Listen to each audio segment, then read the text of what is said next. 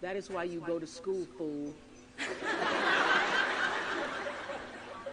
So that CBS can call you. That is why you're in school. So he said, you leave now and go call him back. And I did, and I was hired in television. Not knowing anything about it, having in mind Barbara Walters, but thinking, oh, okay, I can do that. Not knowing how to write or film or anything. And I think it was because it was the times, and I literally had somebody who was willing to work with me that I managed to find my way. But I had to find my way because the reporting never really fit me. And what did work for me, I'm this old. I'm so old that when I started that, it was the year of live action cam. And so it was like video cameras live. And so the news stations would do a live shot. They would throw to somebody live, even if nothing was going on, just so they could say, live action cam. And what I found is I wasn't so good at the writing part, but if I was just standing up and talking about what had just happened, it was really good. And then I started to feel, so I started in 19, working in television, became an anchor immediately afterwards. My father still had an 11 o'clock curfew. Can you believe such a thing? That I am the 10 o'clock anchor. In Nashville, Tennessee, I am the woman on the newscast, reading the news, and my father would say, be home by 11. And I'd say, Dad, the news is on at 10. He goes, and it's off at 10:30, so be home by 11. So I had a very strict father. So anyway, I could feel inside myself that reporting was not the right thing for me, even though I was happy to have the job. Right. I got an offer to go to Atlanta. I was making $10,000 a year in 1971, but still in college, so I was thinking I was doing pretty good. I got an offer to go to Atlanta for $40,000, which I thought, it's over. I'm going to make $40,000. And my boss at the time said to me, you do not know what you don't know. And you need to stay here until you can learn to write better, until you can perfect your craft as a journalist. And so he said, and we can't give you 40, but we can give you 12. So I stayed. And you know, the reason why I stayed is because I could feel inside myself that even though the 40 was alluring at the time, that he was absolutely right. So to make a long story short, because I'd be here all day just talking about how it all came about, I started listening to what felt like the truth for me. A couple of years later, I moved to Baltimore. I could feel that as a reporter, and by this time, 22, I'm making $22,000. I met my best friend Gail there, who said, oh my God, can you imagine if you're 30 and you're making $30,000? And then you're 40 and then it's 40,000? We actually had that conversation in the bathroom. So I started to feel that reporting wasn't for me. But I had my father, I had my friends, everybody was saying, oh my God, you're an anchor woman, you're on TV, I mean, you can't give up that job. Right. And by the time I was making 25, my father goes, well, you just hit the jackpot, you're not gonna make no more money than that, that's just it. So I was torn between what the world was saying to me and what I felt to be the truth for myself. It felt like an unnatural act for me reporting, although I knew that to a lot of people it was glamorous. And I started to just, inside myself, think, what do I really want to do, what I really want to do? And I will say this, knowing what you don't want to do is the best possible place to be if you don't know what to do. Because knowing what you don't want to do leads you to figure out what is it you really do want to do. So you discovered talk then, right? Around that time? I didn't discover talk, I got demoted. They wanted to fire me, but I was under contract. And they didn't want to give up the $25,000. So they were trying to keep me on to the end of the year. So they put me on this talk. This is the way life works. They put me on a talk show to try to avoid having to pay me the contract out. And the moment I sat on the talk show, interviewing the Carvel ice cream man and his multiple flavors, I knew that I was had it. found home for myself. Because when I was a news reporter, it was so unnatural for me, to cover somebody's tragedies and difficulties, and then to not to have feel anything for it. And I would go back after a fire, and I would take them blankets, and then I would get a note from my boss saying, "What the hell are you doing? Right. You're just supposed to report." Can't be on that it. empathetic. You can't No. not be that empathetic, and it felt unnatural for me. So if I were to put it in business terms, or to leave you with the message, that the truth is, I have from the very beginning listened to my instinct. All of my best decisions in life have come because I was attuned to what really felt like the next right move for me. And so it didn't feel right. I knew that I wouldn't be there forever. I never even learned the streets in Baltimore because I thought, I was there longer than I thought. I was there 8 years. I should have learned the streets. But I kept saying to myself, I'm not going to be here long. I'm not going to be here long. I'm not going to be here, so I'm not going to learn the streets. So when I got the call to come to Chicago, after starting with a co-anchor and working in talk for several years, I knew that it was the right thing to do. And I knew that even if I didn't succeed, because at the time there was a guy named Phil Donahue, who was the king of talk, and was on in Chicago, and every single person except my best friend Gail said, "You're going to fail." Every single person when I left, my bosses by this time thought I was terrific and said, you're walking into a landmine, you're going to fail, you're going to fail. Chicago's a racist city, you're black, you're not going to make it. Everything to keep me staying. They then offered me a car and an apartment and all this stuff. And I said, no, if I fail, then I will find out what is the next thing for me, what is the next true thing for me. It felt right to you, so you went for it. Because it felt like this is now the move I need to make. And I was not one of those people, all of my, the people who worked with me in news, they would have their tapes and they'd have their stories and they'd have, resumes ready. I didn't have any of that because I knew that the time would come where what I needed would show up for me. Okay. And when that showed up, I was ready. Because my definition of luck is preparation meeting the moment of opportunity. Right. And I was prepared to be able to step into that world of talk in a way that I knew I could do it. Great. So often in your career, I'm sure you are a minority, perhaps as the only woman, the only black person, the only person from a poor family. Did this affect you on your professional path? And how did you navigate situations in which you might have felt more alone? And now, how did that impact how you lead and how you might help people who may be feeling that same thing? Okay, man, that's a lot of questions. I'm sorry. All right, let's... I have to put my glasses on. I figured I had you here. I was gonna ask as much as I could. So Amanda went deep on me there for a minute there. Whoa. Back up, sister girl. Come on, back up. First one is... So how did you navigate situations in which you might have felt more alone? Always the only woman in the room. Still walk in, only woman in the room. And there's a room full of white men, usually older. Thrills me. Just thrills me. I just love it.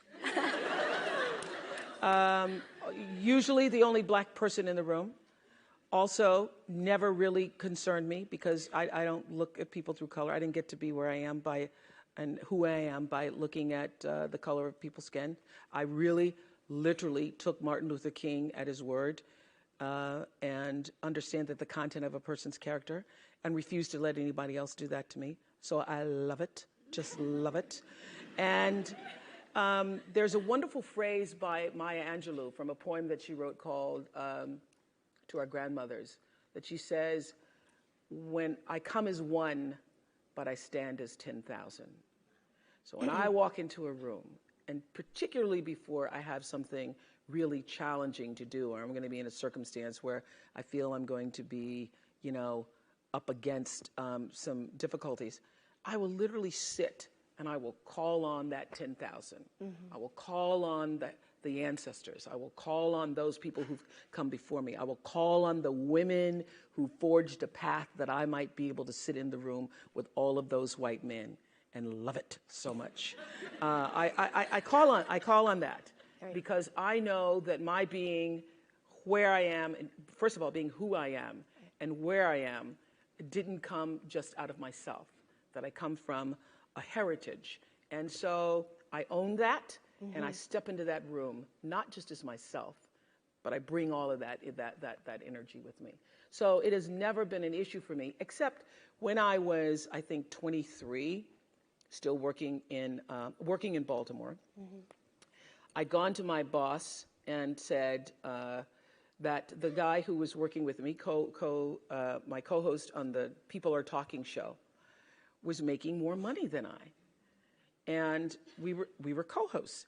So I went to my boss and I said, this is in 1970, so I was older than 23. It was 1979, 80.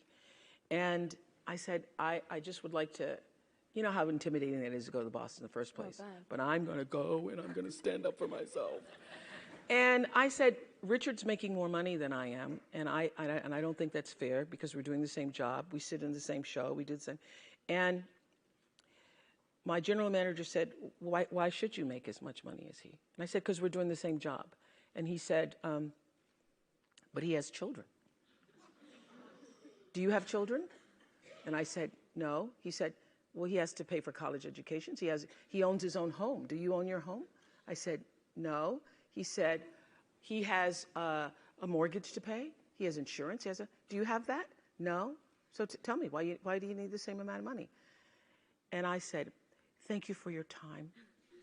And I left. I left. I didn't complain about it. I didn't file a suit about it. I knew that in that moment, it was time for me to go. And that I started the process for myself of preparing myself for, you will not be here long. You are not going to be able to get what you need. I had a boss at the time who was African American and had just been, for the first time, made an assistant news director and was drunk with power, and felt it I think he woke up in the morning thinking of things he could do to harass me. I decided not to file a suit against it because I knew at the time I would lose, that no good would come of it, that I would be blackballed in television, that it would turn into a major thing. And I knew I didn't have long to stay there. I had a vision for what the future was, even though I couldn't place exactly where my future would be. I knew who held the future, because I am really guided by a force that's bigger than myself. I know that my being here on the planet is not just of my own making. So you use that as momentum to just leave, cut your losses, and go? I filed it away. I go, there will come a time. It's going to come back. Yeah, you were right. I think you were right. I will be sitting in the same room, and it happened, like in the late 90s, I had the Oprah show, and I ran into that guy. Lord Jesus, thank you. Oh, my God. Oh, one of the sweetest moments I've ever had. Oh, go ahead. Okay. Here we go. So right now, as we sit here, we're about 5 miles from Facebook and Sheryl Sandberg. And last year, she published the book Lean In, and it has gotten incredible traction. It had some, criticism as well. And I was wondering, if you were to write a book on women in careers, what would your title be? Mine would be, actually, mine wouldn't be lean in. It would be step up and into yourself. Because this is the truth. There is no real doing in the world without being first. For me, being, your presence, your connection to yourself and that which is greater than yourself is far more important than what you do, but also is the thing that fuels what you do. Right. And I know that one of the things that is so important for what happens here at the graduate school is that you have leaders who are self-actualized and understand what your contribution to change the world can be. You can only do that if you know yourself. You can only do that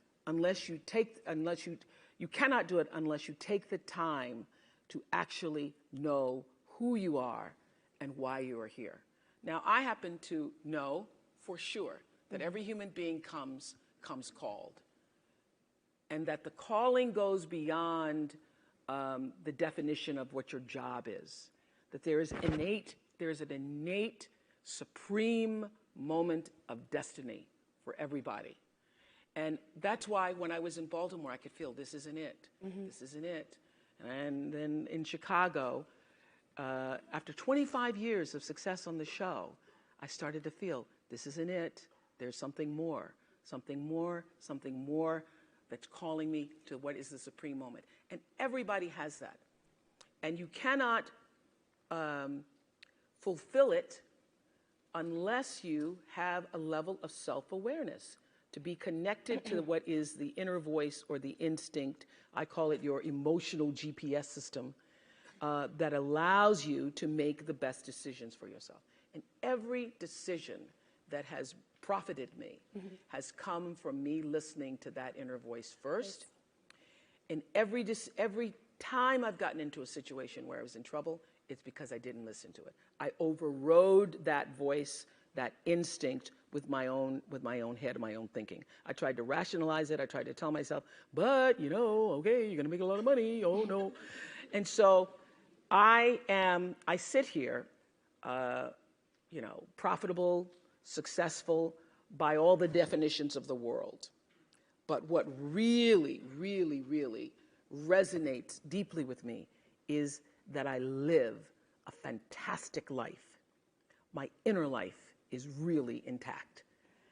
I live from the inside out. And so everything that I have because I let it be fueled by who I am and what I realize my contributions to the planet could be. And what my real contribution is, it looks like I was a talk show host. It looks like, I'm in the movies. It looks like, I have a network. But my real contribution, the reason why I'm here, is to help connect people to themselves and the higher ideas of consciousness. I'm here to help raise consciousness. So my television platform was to help raise consciousness. In the beginning, I didn't realize that. I thought, oh my God, I got a show!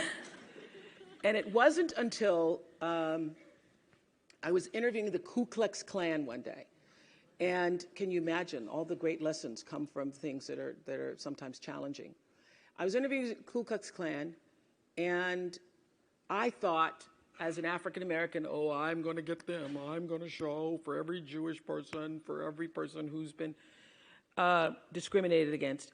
And during the commercial break, I saw the Klan exchanging signals and looks at each other. And then something inside, that instinct, I thought, I am doing nobody any good. They are loving this. They are using me. I think I'm doing an interview. Right. They are using me. I did not know it at the time. I brought them on, actually, those same guys back for my last year. And they told me that they used that show for their recruitment. I could feel that happening. And I made a decision after that show. I'll never do anything like that again. I'll never let my platform be used, and I will not be used. And at the time, in the 90s, early 90s, everybody was doing confrontational television. And I thought I was above the fray, because I'm not like Jerry Springer. I don't do that. So in my egoic delusion, I thought, because I am not that bad, I'm really not bad. But I was doing confrontational television. I thought I was exposing men with affairs. We happened to have a guy on who was talking about how he'd had an affair with his wife, and he was crazy enough to come on with his wife and his girlfriend. People ask me, why do people do that? It's because nobody ever asked him. So you say, would you come on with your wife and your girlfriend? He goes, sure. He was thinking. He was thinking. So he comes on with the wife and the girlfriend. This is a life-changing moment for me, the Klan and this moment. Mm-hmm. The wife is there, he's in the center, and the girlfriend. And he tells his wife, he announces, we were live television at the time, and he announced that to the world and to his wife, that his girlfriend was pregnant. And I did, you see your face, your mouth's open right there. I did exactly that. I went, oh my God. And you could hear the gasp in the audience and the thing. And I literally, really, it still makes my eyes water to think about it. I looked at her face and I felt her humiliation. I felt her shame. I felt it. And I said, never again. I will get out of television if I have to do this. And I went and I had a meeting with the producers because I just had the Klan before, now I got the adulteress here. And some uplifting show, I must say. And I said to the producers, we are going to change. We're going to turn this around. And I'm no longer going to be used by television. I am going to use television. What a concept. I'm going to use television as a force for, I didn't say at the time for good. I said, you know, let's think about what we want to say to the world and how we want to use this as a platform to speak to the world. How do we want to see the world change? How do we want to impact the world? And then let all of our shows really be focused and centered around that. I then said to the producers exactly what I said to you backstage. Do not bring me a show unless you have fully thought out what is your intention for doing it. Because if there's a religion or a mantra or law that I live by the third law of motion in physics, which is Stanford, which is for every action there's an equal and opposite reaction. That is my religion. I know that what I'm thinking and therefore going to act on is going to come back to me in a circular motion, just like gravity, like what goes up comes down. And so what also propels the action is the intention. So I don't do anything without being fully clear about why I intend to do it, because the intention is going to determine the reaction, the result, or the consequence in every circumstance. I don't care what it is. So I said to my producers, come to me with your intention at whatever it is, whatever shows you're proposing, whatever ideas you're proposing. And then I will decide based upon the intention, do I really want to do that? Is this how we want to use this platform? And that really is the secret to why we were #1 all those years, is because it was an intention-fueled, intention-based, coming out of purposeful programming. Yep. Yeah, that's what it was. Great. And that's a perfect segue to go to our second section, which I read this quote and it just struck me as so true, and I wanted to delve into it. I've talked to nearly 30,000 people on this show, and all 30,000 had one thing in common. They all wanted validation. I will tell you that every single person you will ever meet shares that common desire. So, Oprah, you are a true Renaissance woman. You know, you have your own network. You had this amazingly successful show for 25 years. You've been in movies. You are one of the most important philanthropists of our time. So, what are the qualities? I love hanging around you. What else should I say? I'm just taking it all in. Really. I love it too. No, so you know, the part I love the most is Renaissance woman. As you said that, I went, what does that really mean? But I don't know, but I like it. I was a history major, so it seemed like a natural. I'm a Renaissance woman. Who knew? Okay, go ahead. Good. I'm glad you like it. What are the qualities of your leadership that make you successful at such diverse pursuits? And what works in one area that maybe doesn't work in another? Well, I tell you, it works in all areas because my life is fueled by my being. Yep. And the being fuels the doing. So I come from a centered place. I come from a focused place. I come from compassion. It's just my nature. I come from a willingness to understand and to be understood. Right. And I come from wanting to connect. I mean, the secret of that show for 25 years is that people could see themselves in me. All over the world, they could see themselves in me. And even as I became more and more financially successful, which was a big surprise to me. I was like, oh my God, this is so exciting. You mean you got more than that 30,000? I got more than 30,000 by the time I was 30.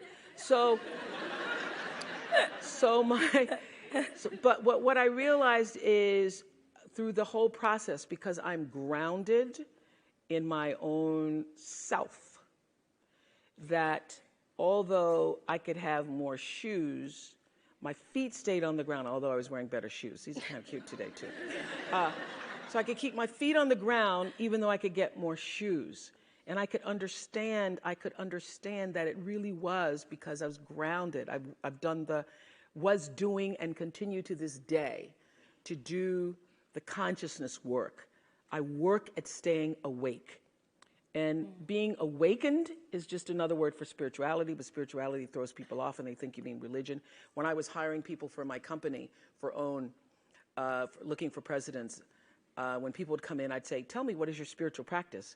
And literally would throw, people would go, I'm not religious. Or I said, I didn't ask you about your religion. I asked you about your spiritual practice. What do you do to take care of yourself? What do you do to keep yourself centered? What do you do to the... And, one woman started crying. That's not the person. So that's a sign. That's a sign. So to answer your question, everything is fueled that comes from me really wanting to be a better person on earth. And this is what I know to be true.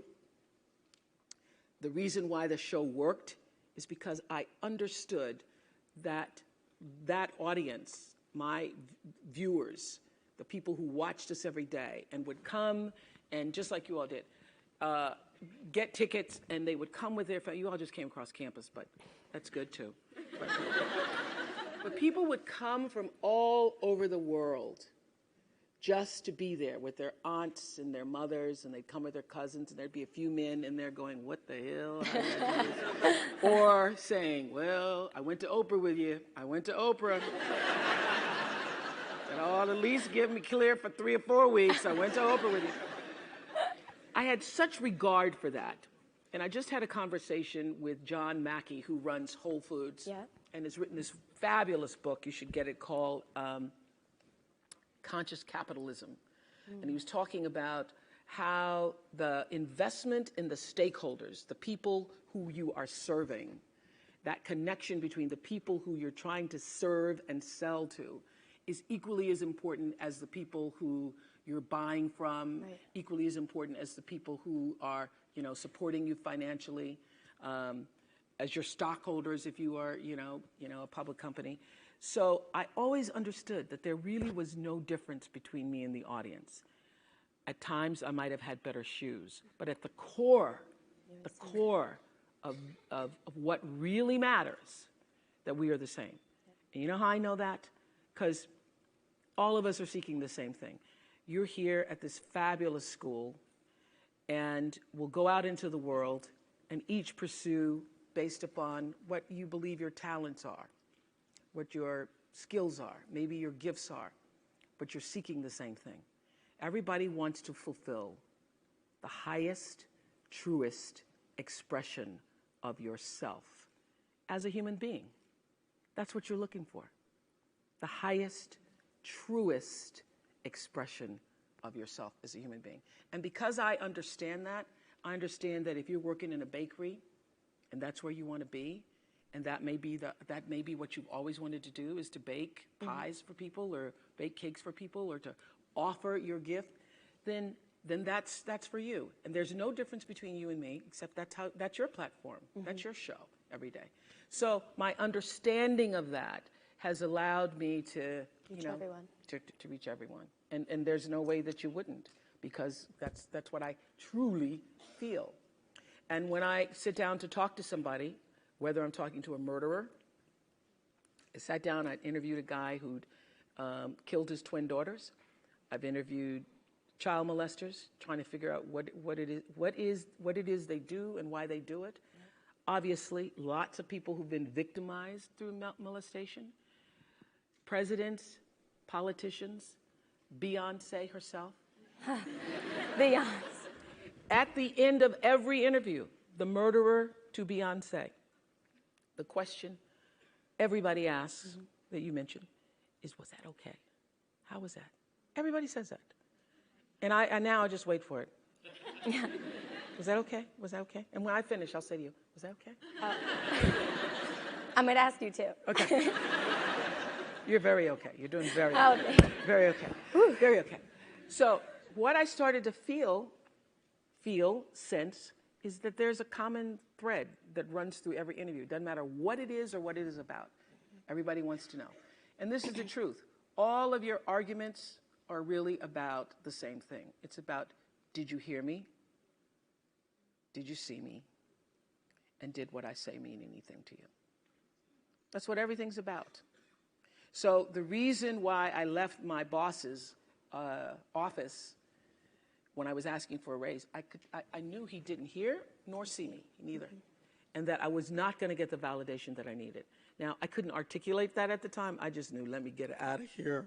But now I know, I could feel inside myself, I'm not going to get the validation that I'm looking for.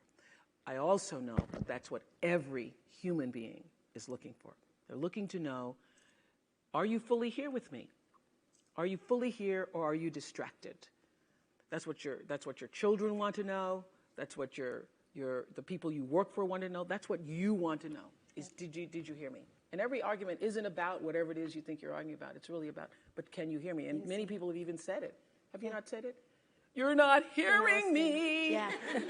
You're not hearing me. So having that understanding, and I would have to say that the show, one of the reasons why I live such a fantastic life is because I pay attention.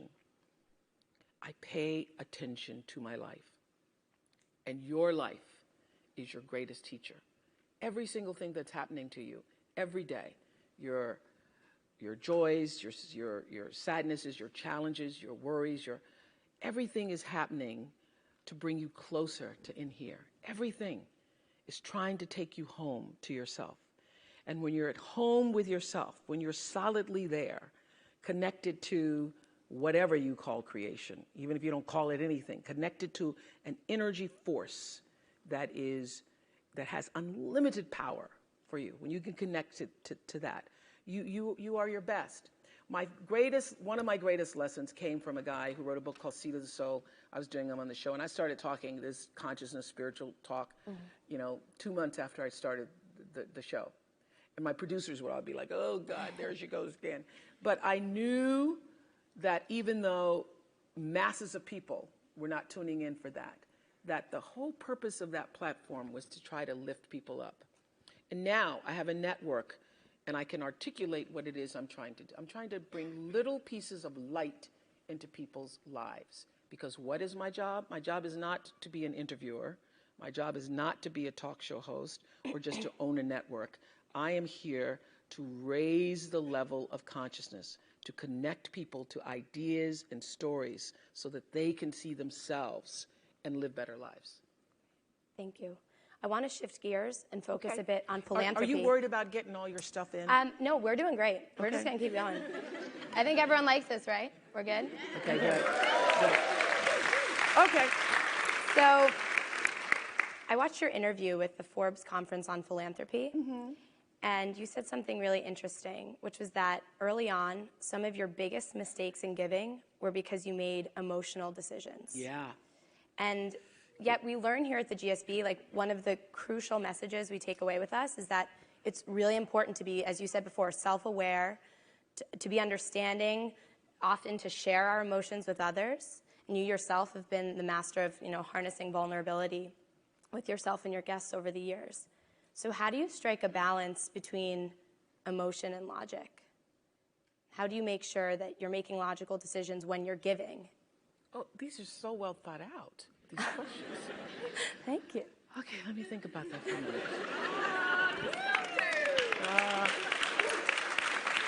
Very good. Thank you. Okay. Well, I would have to say that you need both. You need emotion and you need logic. So in the beginning, I was purely emotional, made a lot of mistakes. I happened to be sitting, I was sharing this story with Dean Soloner, just before he came on, I was sitting in Nelson Mandela's living room. And I'm not just saying that's a name drop, but I was actually sitting there. You stayed with him, right? I stayed with him for 10 days. And as I said to the dean and Lisa, I literally could have written a book called 29 Meals, because I had 29 meals with him at that particular time. I wished I had. Yeah, you should. I should have. You should. You should do it now. I didn't record it, so something I'm thinking, was that the second meal or the 12th meal? Anyway, so I was sitting with Madiba, and we were talking about how do you really make an impact in the world?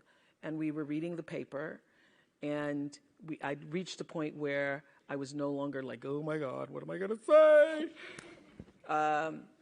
Because we were just sitting in silence reading the paper, and there was an article in the paper about, some tragic situation, and we both started talking about the way to end poverty is through education. And I said to him, I really, at some point, would like to build a school over here.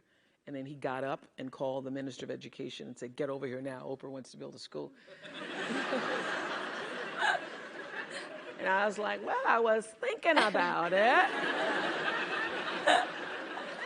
I didn't say I wanted to do it today. But we literally started the process then. Wow. It was an emotional decision for me in that I think philanthropy should come out of you. Your doing should come out of your being. Everybody knows my story as a poor Negro child growing up in apartheid Mississippi. And if it were not for education and being born at the right time, because I was literally born in the year of desegregation, 5 years before, 3 years before, 2 years before, nobody would have even had the hope that my life could have been any different. So because I was born at that time and literally moved out of Mississippi by the time I was in my first classroom. I was in kindergarten, wrote my kindergarten teacher a letter. Miss New, I said, dear Miss New, I do not belong here. Because I know a lot of big words. And then I wrote every big word I knew. Elephant, hippopotamus, Mississippi, Nicodemus, Shadrach, Meshach, and Abednego from the Bible. So, and then Miss New says, who did this? I said, I did. So then they marched me off to the principal's office. Only time I was ever in there. Principal's office. Principal made me sit and write those words again. And I got myself out of kindergarten into first grade. Oh my God. First grade, skipped second grade, hello her. The Renaissance began. Yeah.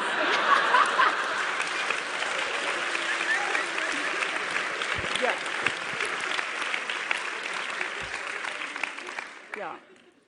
You've always had this conviction. It seems like you've always known who you are, even if you were finding I knew I didn't belong there with those kids. In kindergarten, you're sitting there. That's what I'm trying to listen to your instincts. You look around and you say, these kids, they are playing with some blocks. You're like, I don't do that. And I know Nicodemus. I do not think I belong in here. I do not belong in here. So my point is, education really opened the door, as we all know. I'm not going to give you the education speech. How do you change a person's life? I had, prior to starting my school in South Africa, I had this big idea that I was going to, that I was going to take all 100 families out of the projects of Greeny Green, and I was going to give them a new life, and I was going to buy them homes and stuff. And that did not work. Yeah. It failed miserably. I had a Big Sister program that I started, failed miserably. So I realized that for me, first of all, I realized you don't change, as you all are recognizing through the SEED program, you first have to change the way a person thinks and sees themselves. So you've got to create a sense of aspiration, a sense of hopefulness, so a person can begin to even have a vision for a better life. And if you can't connect to that, then you lose. You lose and they lose. And it's just money after money after money.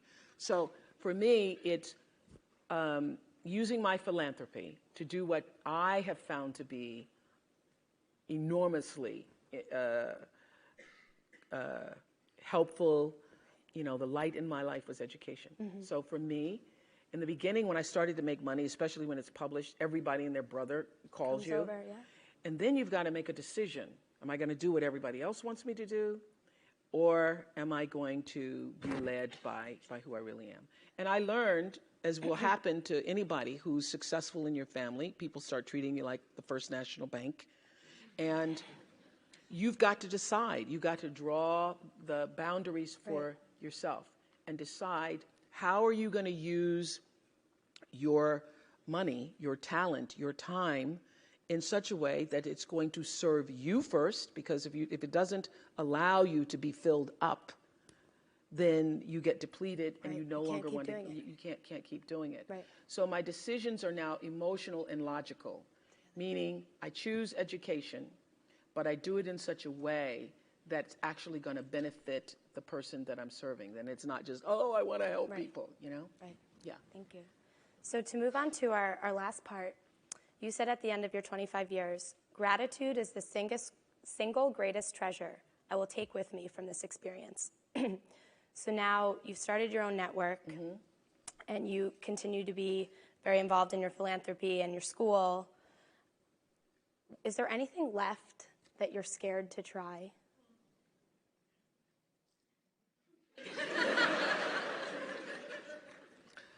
Whoa, Amanda. You must have been up all night long. I prepared a little bit, just a little. Oh my goodness, anything left that I'm scared to try?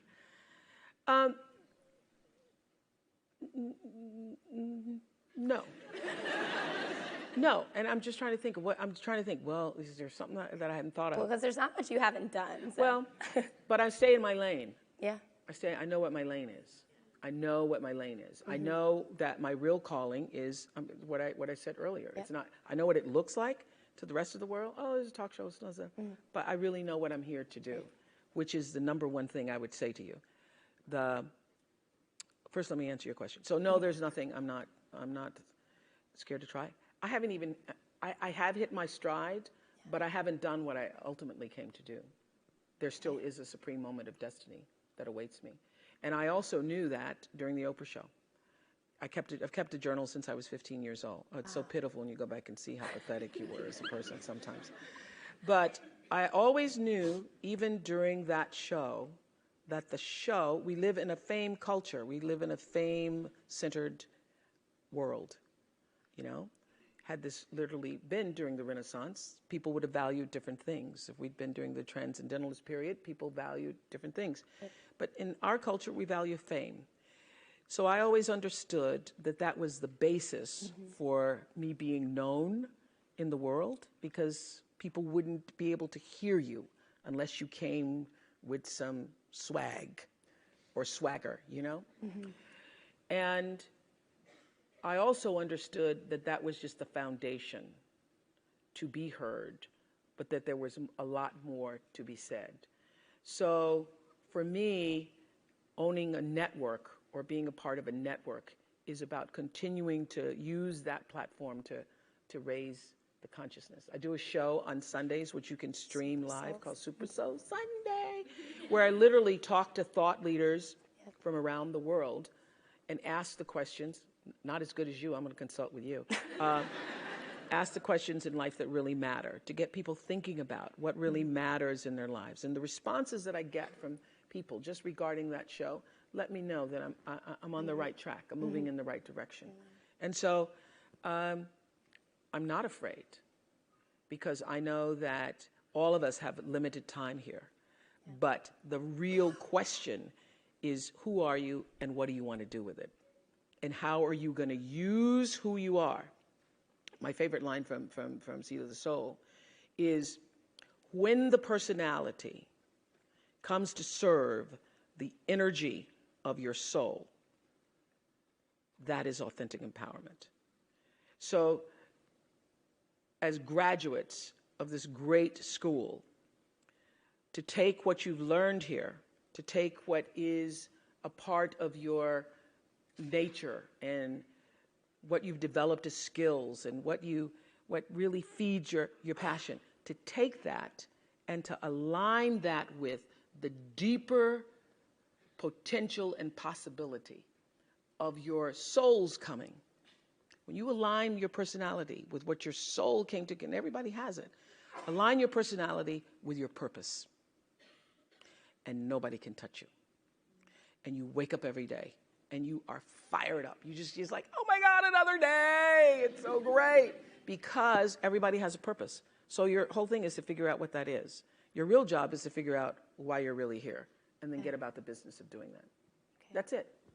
So we all know now what we have to do, right? When we leave? Yeah. So Oprah, thank you so much. Are we going to take some questions? Yeah, so that's what I wanted to say. I'd love to open it up. Everybody has a class at 1:15, right? Okay, I'll get you out of here. They told me hard out 1 o'clock. But so I think do we have a first question from Twitter coming forward? Thank you all for tweeting throughout the session. The first question asked today was Matt Cecido, who asked, will you marry me? Oh, looks like he's up there. Matt, where's the ring? Matt, do we need marriage?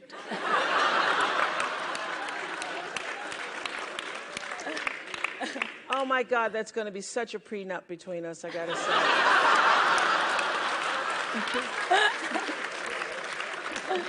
What else you got, Andre? Thank you. And then we had Javier Hernandez, who asked, Oprah, who has been your favorite interviewee and why?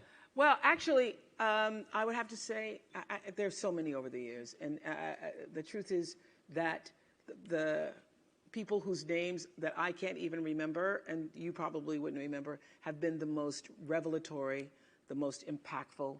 I mean, watching people step out of tragedies and define triumph for themselves, those people really have been the ones that really shaped me and made me a better human being. I did an interview once with a woman, and actually with Dr. Phil, where she had come to the show and was planning to kill herself afterwards, she said, because her daughter had been murdered 8 years before, and she couldn't get past it. And she just wanted to come on the Oprah show and talk about it. And Phil said to her, why do you spend all your time lamenting, all these years lamenting the death, instead of celebrating the life? You've let the one day define your daughter's entire life. And she looked up at him and she said, you know, I never thought about it that way before, with tears. I could feel the shift in her. So the most important moments for me have been when literally I can see that somebody has made a shift in the way they see themselves in the world, or, you know, what we call now an aha moment. Those, I live for that. I live for that. Those are my favorite interviews. But most recently, I just last week interviewed Pharrell. Yeah, we saw that. Oh my God. I was you made so him cry. happy.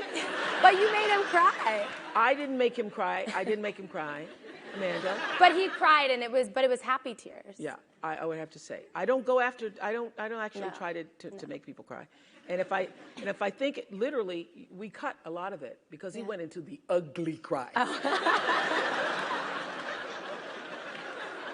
He went into the ugly cry. You could tell it was real. Yeah, it was very real. And so we said, we got to save the brother. Brother cannot walk out into the world with the ugly cry. It's okay to have a little sniffle, but then it's like, oh, Lord. But I could also feel him. I mean, I understand. You know why? Because I just loved him. I just loved him. Anybody who saw that interview, if you liked him a little bit before, you really loved him afterwards, because that's a person who's absolutely connected to it. He knows his purpose. Yeah, well, he's very much connected to it. And when he started crying when he saw the videos of people all over the world dancing to the happy song. There was a version made here, too. Here? Yeah. You guys did one, too? Yeah, I think some of the NBA ones, right? Raise your hand if you were in it. Yeah. Didn't it make you happy to do it? Yeah. So he saw that video, like 30 seconds of video from people in all these different countries, and the name of the countries were up. And he just felt the emotion and the impact of using his life in such a way that you're able now to touch all of those people, which is really what we're all looking to do. And all of us have the ability to do it at whatever level you are, at whatever level. And I always say to people, oh, I have a big stage. Some people have a smaller stage. Some people have, what's your stage? We're going to take one from the audience now. Yeah.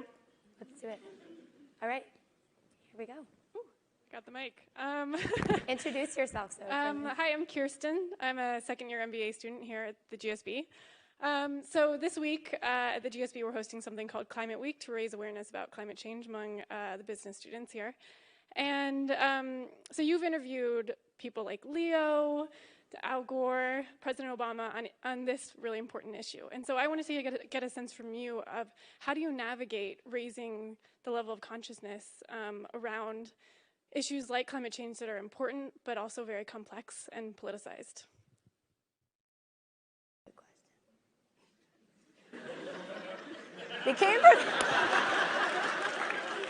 Became prepared today, huh? Wow. I do not know the answer to that question. I do not know. If I knew that, I would have made it a club, and we would have. I would have had everybody come join my environmental club. No, I don't know. That is such a complex, beautiful question. And the fact that you were even asking it or engaged in the process of trying to figure out the answer thrills me, because that's what would happen here at Stanford. So, but I really do not have an answer to that question. Wow. Thank you. Thank you. Do we have time for one more? You have to, because you can't end on a question I couldn't answer. No. Here we go. I came here to get stumped, yeah. Hi, Oprah. My name is Melissa, and I wanted to know, how do you think about balancing selflessness with selfishness? Selflessness. With selfishness. Why are you asking me that question?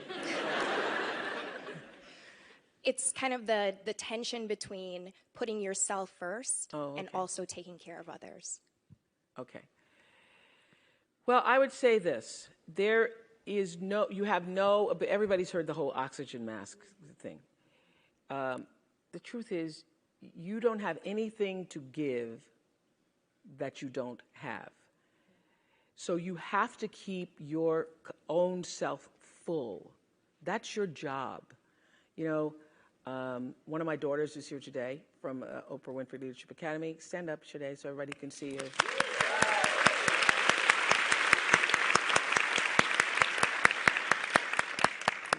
You're going to end your first year soon. Oh my God, it's first year. I say to my girls all of the time that your real work is to figure out where your power base is and to work on the alignment of your personality, your gifts that you have to give, with the real reason why you're here. That's the number one thing you have to do, is to work on yourself and to fill yourself up and keep your cup full. Keep yourself full. Now, I used to be afraid of that. I used to be afraid, particularly from people who say, oh, she's so full of herself. She's so full of herself. And now I embrace it. I consider it a compliment that I am full of myself. Because only when you're full, I'm overflowing, my cup runneth over. I have so much to offer and so much to give. And I am not afraid of honoring myself. It's miraculous when you think about it. First of all, for me, my father and mother never married. They had sex one time underneath an oak tree because she was wearing a poodle skirt in 1953. And my dad, to this day, says, I want to know what's under that skirt. That's what I want to know.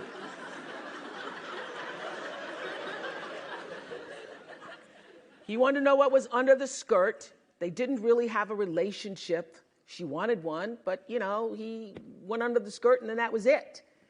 And one time, under the oak tree, bam, Renaissance.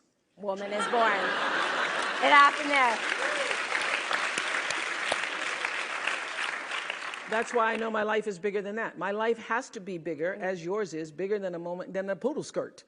It's much bigger. The design, the reason why I'm here is much bigger than, oh, I think I want to see what's under there. So the ability to take care of that, to honor yourself and that which is greater than yourself, that which was the reason for your being here. There's no selflessness in that, because only through that do you have the ability to offer yourself, your whole self, your full expression of who you are to the rest of the world. So I remember the very first time I had a life coach, they weren't called that at the time, but an expert on, who shared with our audience, the women, she did a list and say, where are you on the list? And literally in that audience, women booed her when she said, put yourself top of the list. This was in 1992.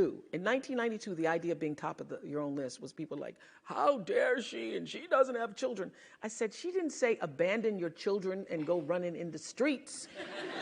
She just said, put yourself at the top of the list. Nurture yourself. Honor yourself. Stop the crazy mind chatter in your head that tells you all the time that you're not good enough.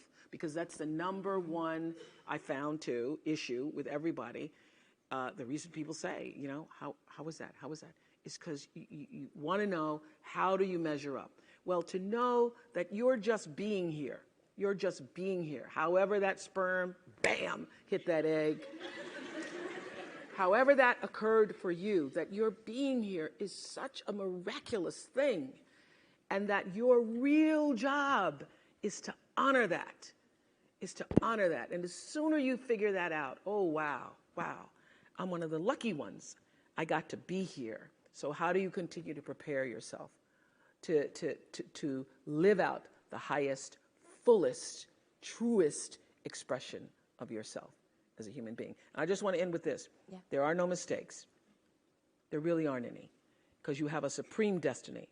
When you're in your little mind, in your little personality mind, where you're not centered, where you really don't know who you are, that you come from something greater and bigger, and that we really all are the same. When you don't know that, you get all flustered. You get stressed all the time, wanting something to be what it isn't. There is a supreme moment of destiny calling on your life. Your job is to feel that, to hear that, to know that. And sometimes when you're not listening, you get taken off track. You get in the wrong marriage, the wrong relationship, you take the wrong job. Yeah, but it's all leading to the same path. There are no wrong paths. There are none. There's no such thing as failure, really, because failure is just that thing trying to move you in another direction. So you get as much from your losses as you do from your victories, because the losses are there to wake you up. The losses are to say, fool, that is why you go to school. So that CBS can call you. So when you understand that, you don't allow yourself to be completely thrown by a grade or by a circumstance, because your life is bigger than any one experience. And if I always ask people on Super Soul Sunday to tell me, what would you say to your younger self? Every person says in one form or another, I would have said, relax. Relax. It's going to be okay. It really is going to be okay.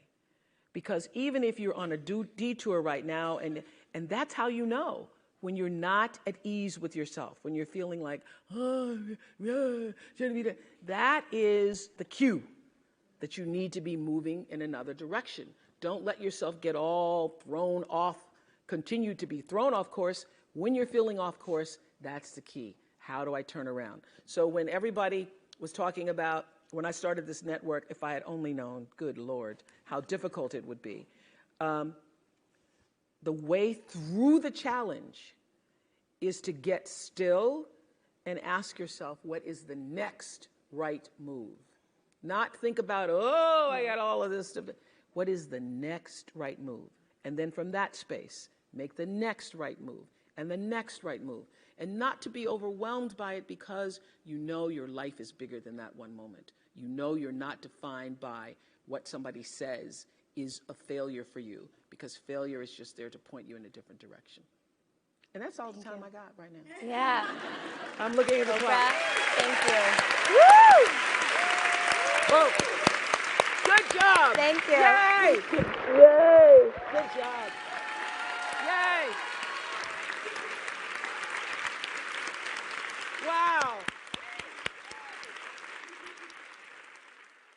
Woo!